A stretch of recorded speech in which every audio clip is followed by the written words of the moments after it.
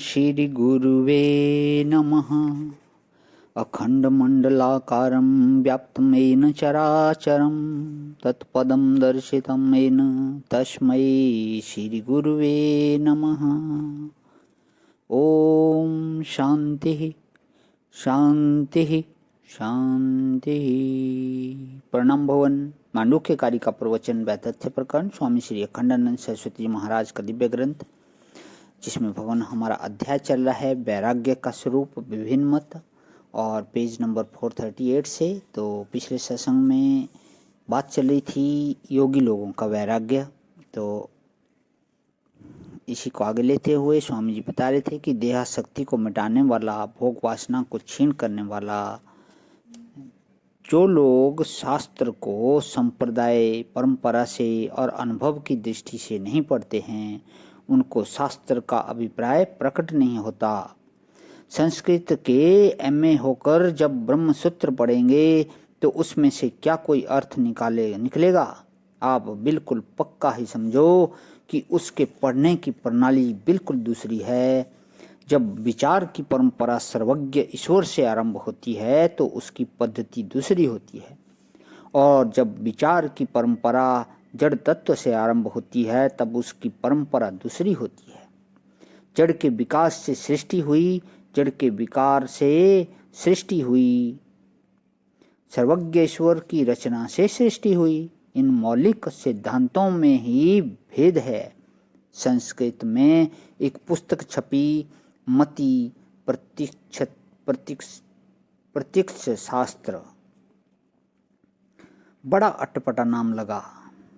जब पुस्तक पढ़ी तो उसके भीतर लिखा था मेटाफिजिक्स।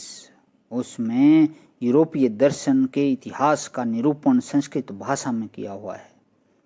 अब बात यह है कि दर्शन शास्त्र यहाँ का कि वहाँ का रूपांतर करते समय यदि वहाँ के दर्शन के बदले यहाँ के दार्शनिक शब्दों का प्रयोग किया जाए तो भारतीय दर्शन का विद्यार्थी झट समझ जाएगा, लेकिन वह तो बड़ा कठिन है।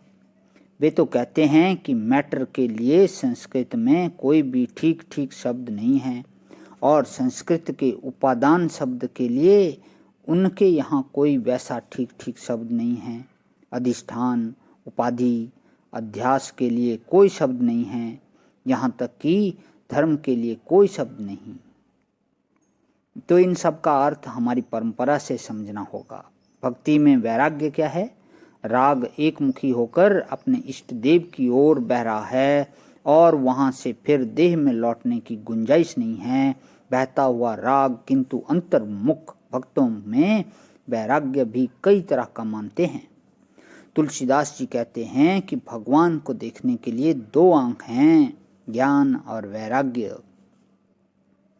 ज्ञान विराग नयन उर्गारी, आंख ना हो तो भगवान नहीं दिखेंगे।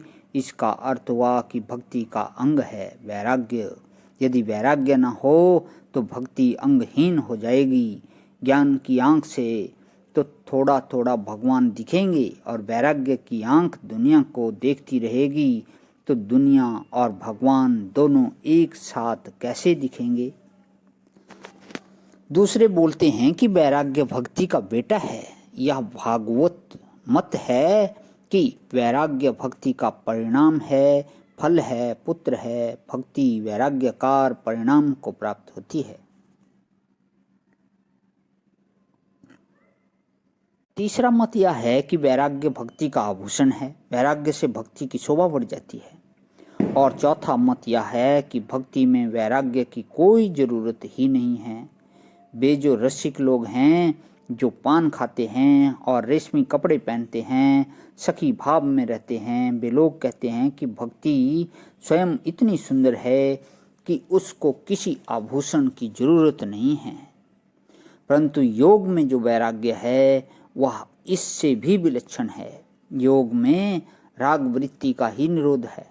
भक्ति में एक का आलंबन लेकर राग वृत्ति का निरोध है, और योग में आसन, प्राणायाम, प्रत्याहार, धारणा, इनके द्वारा राग वृत्ति का निरोध है। योग तो राग को क्लेश मानता है। प्रणाम भगवान। आज यहीं विराम। ओम शांति शांति शांति।